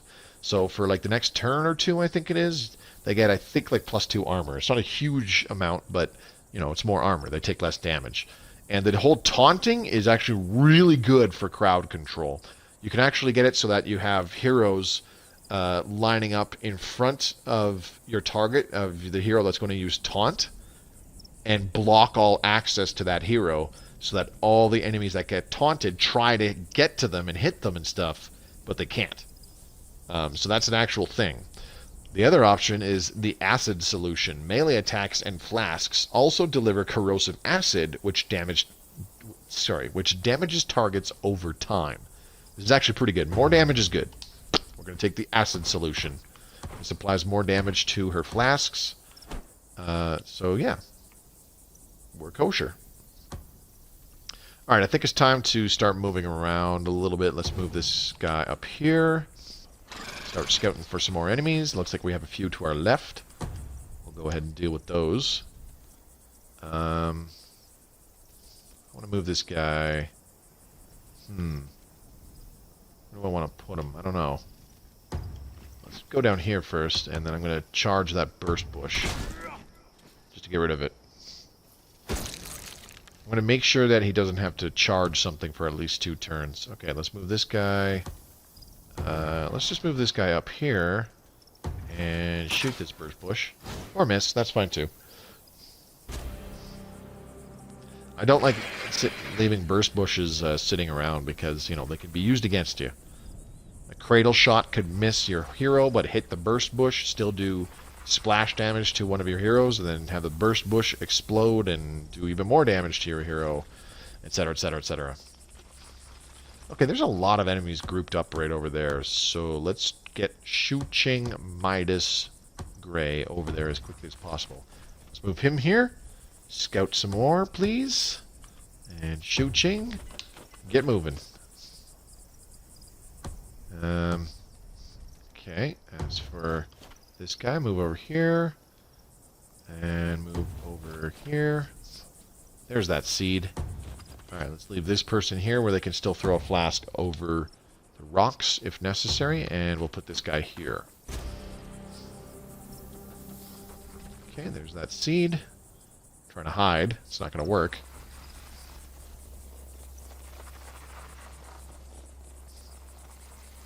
There's a lot of them right there. Perfect. That's what we want. Okay, Shu Qing. Alright, first things first, let's get this guy to move right here. Hello there. And now we can safely get Shu Qing right here, knowing full well that she will not get spotted. And let's leave this guy here. And Caberjack, let's put him in this corner. Just kind of to protect, just in case. Let's move this guy here. Hello. Yeah, go ahead and get that kill. Okay, there we go. And we'll keep the other Brutalist back here. Just to kind of keep her safe a little bit. Oh look, another seed. Shocker. Come on. Group up. Group up just a little bit closer. That's not grouping up. You went the wrong way. No, go back. Damn you. Okay, Shu Qing, Midas, Gray. Are you ready to get 4 kills in one throw? Yes, you are. Another notch. Bye.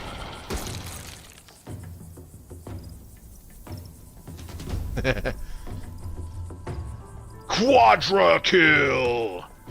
Alright, now we can feed another kill to Wanderer. So let's have him move here. Shoot that guy.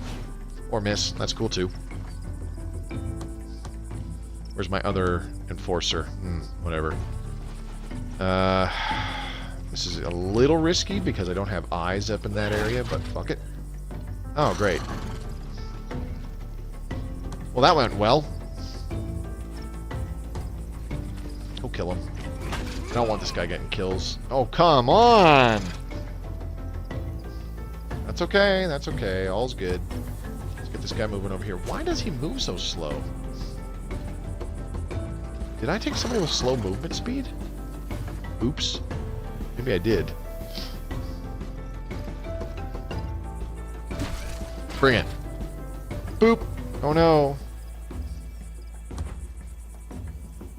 Why is he so slow? Oh, he's hung over. Duh.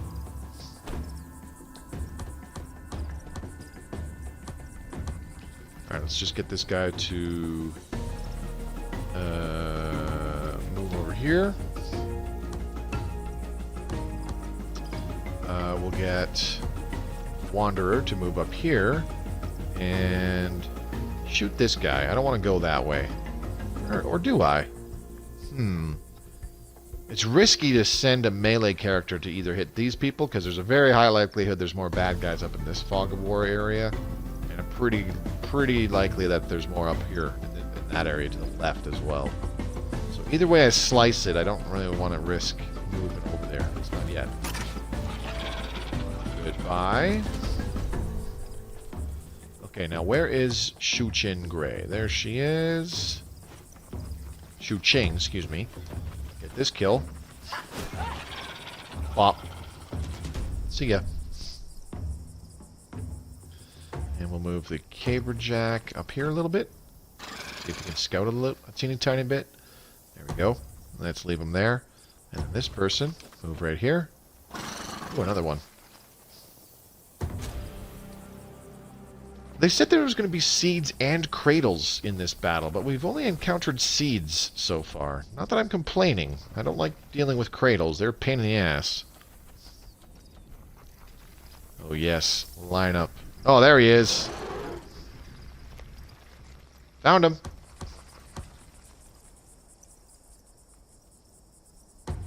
Alright, let's move up here. Interesting. He doesn't see anything with his honed hearing. Alright, that's fine. So, let's get Shu Qing to use Hack and Slash on this cradle. This is risky. Don't care. Boom! Bonk. There. So, the acid will do a little bit more damage to the cradle.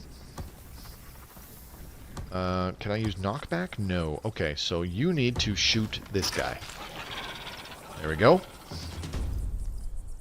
That's what I wanted to do. Now, let's get the Caberjack to stun the cradle with knockback. Or can I use charge? Can I get in line with the cradle and use charge? No. Okay, so we're stuck using knockback. That's okay. Let's go up here and do it from there. Back into the wall, too. Bonk. Or not. That's fine. No problem. Damn it. Alright, I want this person to kill 2 of these seeds.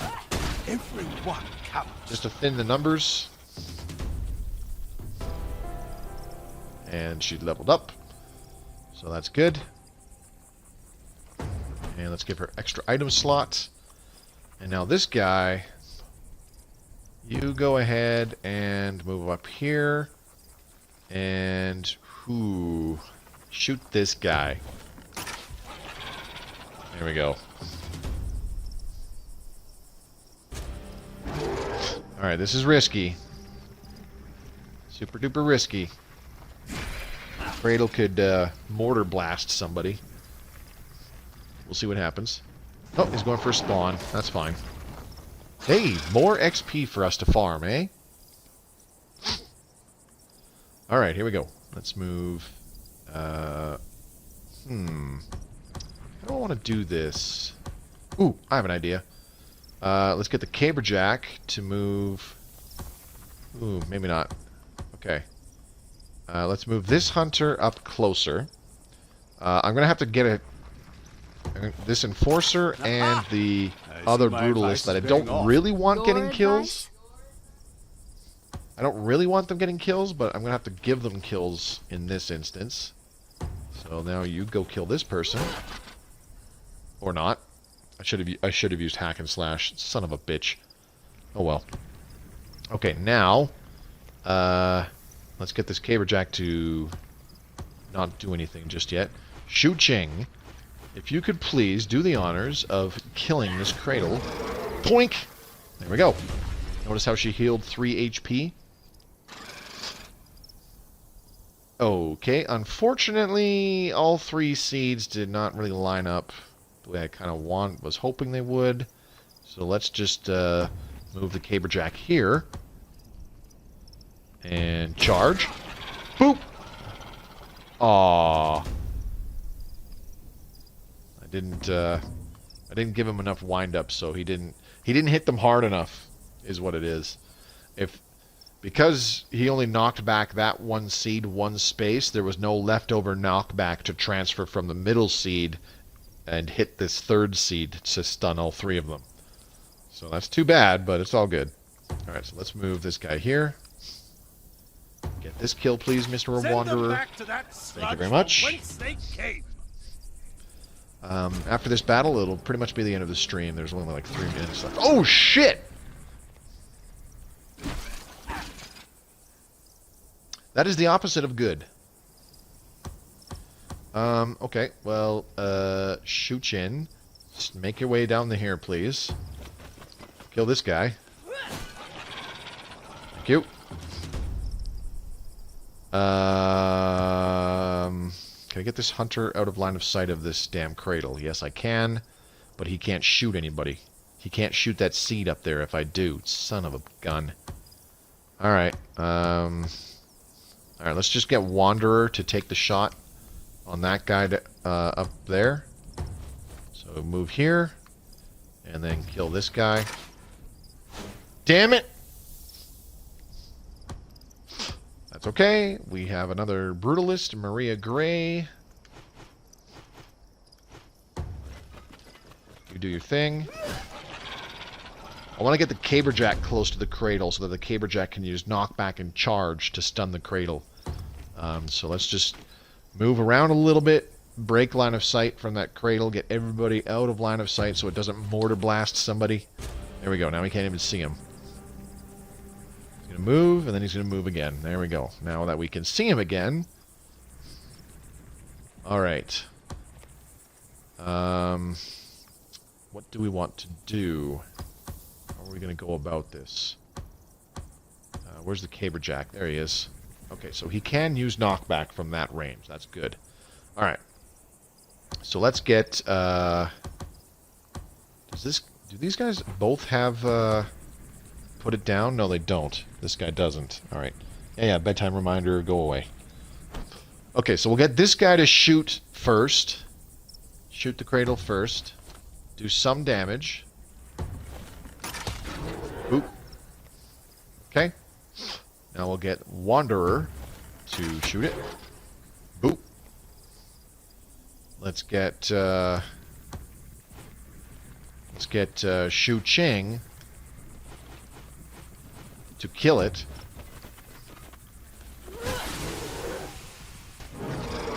There we go. And now I will use this guy's knockback to stun 2 of these seeds. Unfortunately, we can only stun 2 of them, but that's fine. And both of the characters right next to them have sponge stones. There we go. Stunned one of them. And let's move this person over here just for reinforcements, kind of, sort of. Yep, that's fine. He's got a sponge stone, no big deal. Okay, so we're going to get Wanderer, who we want to feed kills to. We're going to move him over here. Whoop. That way he can shoot this seed. Or miss. That's fine too. No problem. No problem, Wanderer. You haven't been missing most of your high percentage hit shots anyways. It's all good. Oh my gosh. Painful. Absolutely painful.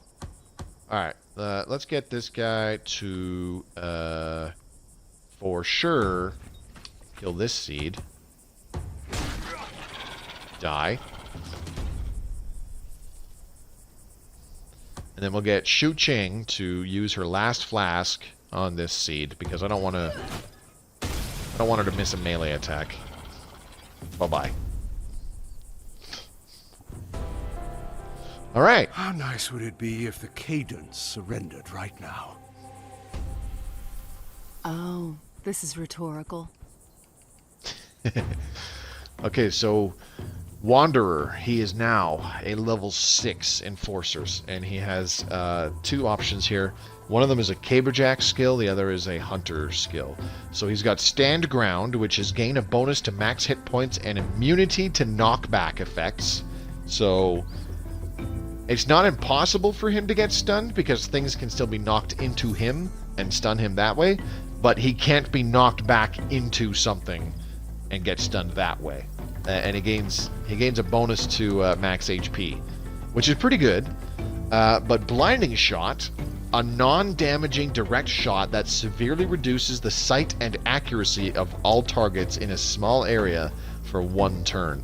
This is actually pretty damn good. If you have no choice, it's a kind of a form of crowd control. If you have no choice but to have 2 groups of enemies in vision, like they have vision on your heroes, you can use a Blinding Shot to try and hit 1 group of them.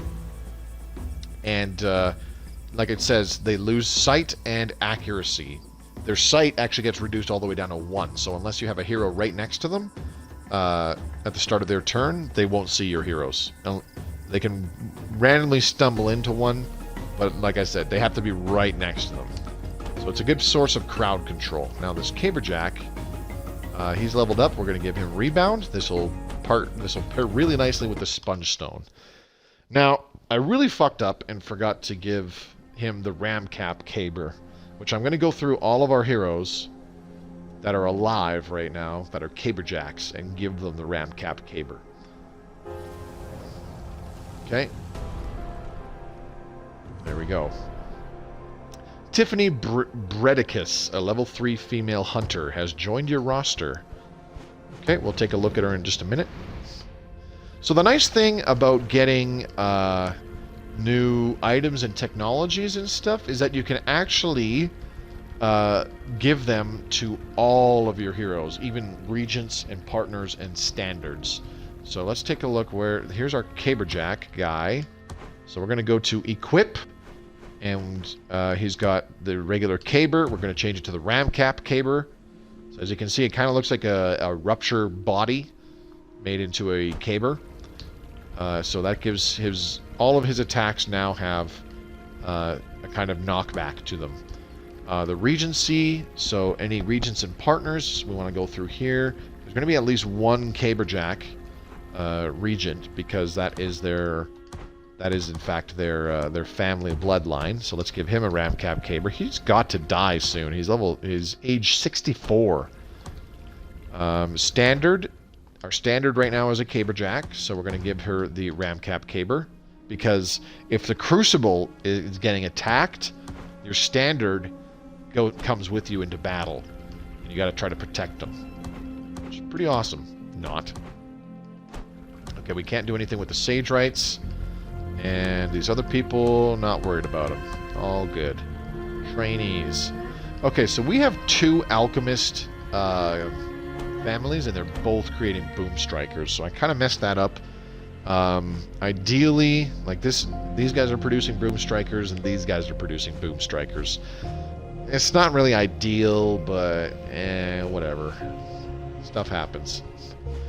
We really should get a 5th keep and start another House of Caberjacks, I think. Definitely need more hunters for the later portion of the game. Hunters are huge. I kind of feel like I did a boo-boo by making 2 alchemist classes. Because usually you want, once you get your second, like once you get your 4th keep, you want 2 hunter bloodlines going at least. And if that's not feasible, then 2 Caberjack, but usually not 2 alchemist bloodlines. Anyways, I'm going to save the game. So that's going to be it for tonight. It was pretty fun. Again, had 3 battles, and we got a bunch of new equipment. I had a good time. I hope all of you folks watching this live and in the future on YouTube are enjoying this as well. Big thank you to everybody who came by to watch me playing live tonight. JB and Daughter and Dinosaur. Thanks for coming by, guys. I hope you enjoyed it, and I'll be back Monday with more Massive Chalice. So those of you watching this in the future on YouTube, thank you very much for watching. Subscribe to the channel if you would like to see some more of my videos. If you enjoyed this video, give it a thumbs up. Leave a comment below what you think of the game. If you've played it, your thoughts and opinions below. I read all your comments.